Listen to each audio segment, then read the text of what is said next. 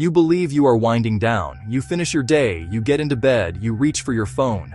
It feels like a harmless habit. A final check of emails, a mindless scroll through social media, a last look at the news. You think this quiet moment is helping you transition to sleep. You are mistaken. This small, seemingly innocent act is a profound act of self-sabotage. It is actively dismantling the very machinery your brain and body need to repair, restore, prepare for the following day. Tonight, we will dismantle this illusion and give you the tools to stop it. The light from that small screen is not benign. It is a powerful biological signal. It is telling your brain a lie. It is screaming, daytime, into the deepest, most ancient parts of your nervous system. Your brain, which evolved to interpret light and dark as absolute indicators of time, is being tricked. This deception initiates a cascade of negative events that rob you of deep sleep, impair memory consolidation, prevent your brain from performing its essential nightly cleaning. At the core of this entire system is a master biological clock. It is a physical structure. It is located deep within your brain in an area called the Suprachiasmatic Nucleus. Think of it as the conductor of a vast orchestra. It directs the timing of nearly every process in your body. It tells you when to feel alert. It tells you when to feel sleepy. It governs the release of hormones, the regulation of metabolism, and the cycles of cell repair. This clock does not guess. It relies on one primary input to set its time each day: light. When you expose your eyes to light, especially late at night, you are directly interfering with this master conductor. You are throwing its rhythm into chaos. The problem is not just that you might take a few extra minutes to fall asleep. The problem is that you are fundamentally altering the quality and structure of your sleep. You are actively preventing your brain from entering the most critical restorative phases. The damage done is not theoretical, it is measurable, and it accumulates over time. This essay will explain exactly how this happens and provide a clear, actionable protocol to fix it.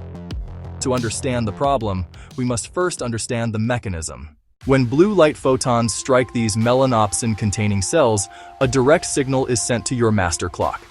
The pathway is called the retinohypothalamic tract, a dedicated neural highway. It runs from your retina straight to the suprachiasmatic nucleus. Its sole purpose is to inform your brain about the presence of light, especially blue-spectrum light, common in daytime. This signal is unambiguous. It tells the master clock the sun is up. It commands the brain and body into daytime alertness. A system evolved for a world without artificial light. For millions of years, the sun was the brightest source of blue light. Its presence meant it was time to be awake, to hunt, to gather, and to function. The absence of that light, darkness, meant prepare for sleep. Your phone has hijacked this ancient system. It becomes a portable artificial sun inches from your face when your brain expects darkness. The consequence is biological confusion.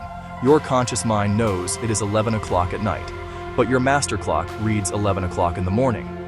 In that conflict, the biological signal wins. Your brain obeys the light. It suppresses sleep-related processes. It promotes wakefulness-related processes. You force your physiology into a state at odds with the time of day, and that forced state has severe consequences for nightly restoration. The most immediate and damaging consequence of this blue light exposure is the shutdown of melatonin production. Melatonin is often called the hormone of darkness. This is an accurate description. Its release is controlled by the master clock. As darkness falls, the clock signals a small, pine cone-shaped structure in the brain called the pineal gland. The pineal gland responds by synthesizing and releasing melatonin into the bloodstream. This rise in melatonin is not a sleep-inducing sedative. It is a signal. It opens the gate for sleep to occur. It tells all the other clocks in your body that night has arrived. When the melanopsin cells in your retina detect blue light, the signal sent to the master clock does more than just promote wakefulness. It actively commands the pineal gland to stop producing melatonin. The effect is not subtle or slow, it is rapid and dramatic. Exposure to bright blue spectrum light at night can suppress melatonin levels by more than 50%. The message is simple and brutal. Daytime is here. Halt all preparations for sleep. This is a physiological event you can label with a stark warning: melatonin halt. The disruption of melatonin is only the beginning. The deeper, more insidious damage occurs to the structure of your sleep itself, specifically to slow-wave sleep. Slow-wave sleep, also known as deep sleep, is arguably the most physically restorative stage. During this period, your brain waves become slow and synchronized. Your heart rate slows down, your breathing slows down, your muscles relax. This is when your body performs critical maintenance.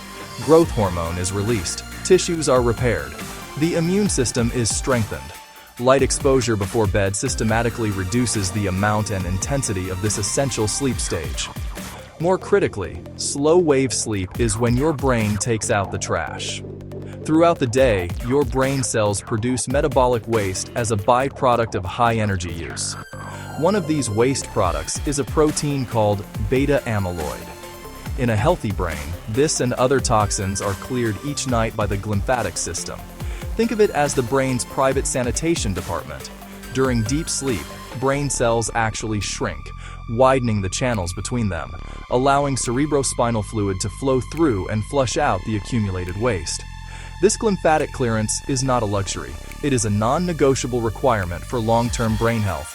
When blue light exposure at night robs you of slow-wave sleep, you are directly impairing this cleaning process. The sanitation crew effectively goes on strike. Beta amyloid, other neurotoxins are not cleared efficiently. They remain in the brain. Over a single night, this might lead to mental fog and reduced cognitive performance the next day. Over months and years, chronic accumulation of this waste is strongly linked to increased risk of neurodegenerative diseases, including Alzheimer's disease. This is not a scare tactic. It is a description of a physiological process. By using your phone in bed, you are choosing to inhibit your brain's ability to clean and repair itself, trading your future brain health for a few more minutes of screen time. The damage does not stop with the loss of deep sleep. The assault from late-night light exposure creates a domino effect that degrades nearly every aspect of your well-being. Sleep is not a monolithic state. It is a dynamic cycle through different stages: light sleep, deep sleep, rapid eye movement, REM sleep. Each stage serves a unique and vital purpose. By delaying sleep onset and disrupting your circadian rhythm, screen time before bed fragments these cycles. You end up with sleep that is shallower, less consolidated, punctuated by more frequent awakenings, even if you do not remember them.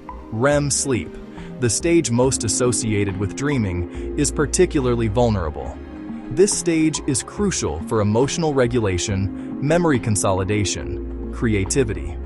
During REM, your brain processes the emotional experiences of the day, stripping stress while retaining the core memory. When your sleep is phase delayed by light, you often run out of time for the longer REM periods toward morning. This leads to waking with a lower capacity to manage emotional stress and a poorer ability to learn and retain complex information. The next day consequences are immediate and measurable. You wake unrefreshed. Focus is diminished. Reaction time slows. Executive functions, planning, decision-making, problem-solving, are all impaired. This is the state many accept as baseline. They blame stress, age, or a busy life, without realizing the bright screen is the root cause. Chronic sleep disruption dysregulates appetite hormones, driving cravings for high-sugar and high-fat foods, contributing to weight gain. It impairs glucose metabolism, raising type 2 diabetes risk, stresses the cardiovascular system, and weakens immunity. By disrupting the master clock with light, you are not just wrecking your sleep, you are creating chronic, low-grade physiological stress that ripples through every system, accelerating aging and increasing vulnerability to disease. The science is clear. The damage is real. But the solution is straightforward and entirely within your control. You do not need expensive supplements or complicated biohacking gadgets. You need a protocol. Create a buffer zone between your daytime, screen-filled life and your restorative night. I call this the 60-minute pre-sleep blackout. It is a simple, non-negotiable rule. For the last 60 minutes before you intend to be asleep, there are no screens, no phone, no tablet, no computer, No bright television. This 1-hour period is sacred. During this 60-minute window, minimize light exposure, particularly blue light. Dim the lights in your home. Turn off bright overhead fixtures. Use low-wattage, warm-toned lamps, preferably amber or red. Simulate the natural transition of sunset. Signal to your brain that the day is over and begin melatonin release. This simple environmental change is profoundly powerful. It lets your biology do what it evolved to do. If you absolutely must use a screen in the evening, take defensive measures.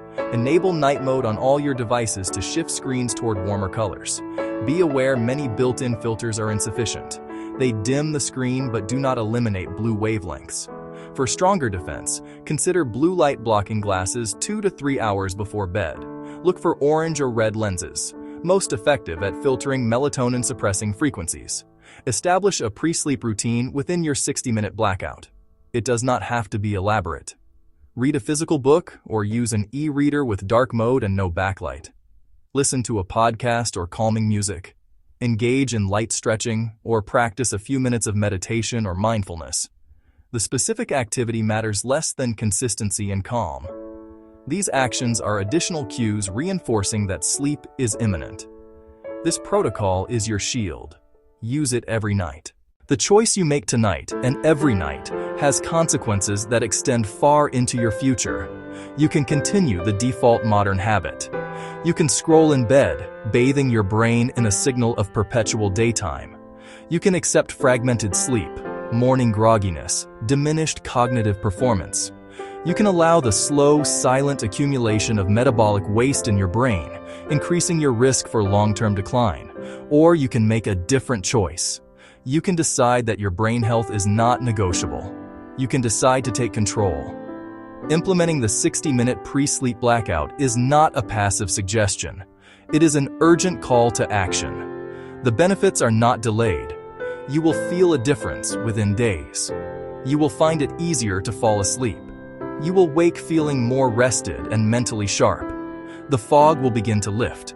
By giving your brain the darkness it requires to release melatonin, to cycle properly through deep sleep, to cycle properly through REM sleep, to run the glymphatic cleaning system at full capacity. Protect your sleep environment as if it were a sanctuary. Make your bedroom as dark as possible. Use blackout curtains. Cover or remove devices that emit light. A single blinking LED can disturb sensitive mechanisms of sleep. Keep the room cool. The temperature drop is another powerful signal for sleep onset. Your bedroom should be reserved for sleep and intimacy only. Do not treat it as an extension of your office or living room. Defend its purpose. Do not underestimate the power of this protocol. The simple act of removing light for 1 hour before sleep is among the most impactful things you can do for immediate and long-term health. It costs nothing. It requires no special equipment. It demands only discipline and an understanding of the stakes. Your phone is a tool. It is not your master. Tonight, put it away. Dim the lights. Let darkness do its work. Reclaim your night, and you will begin the essential process of rebuilding your brain. Your future self will thank you.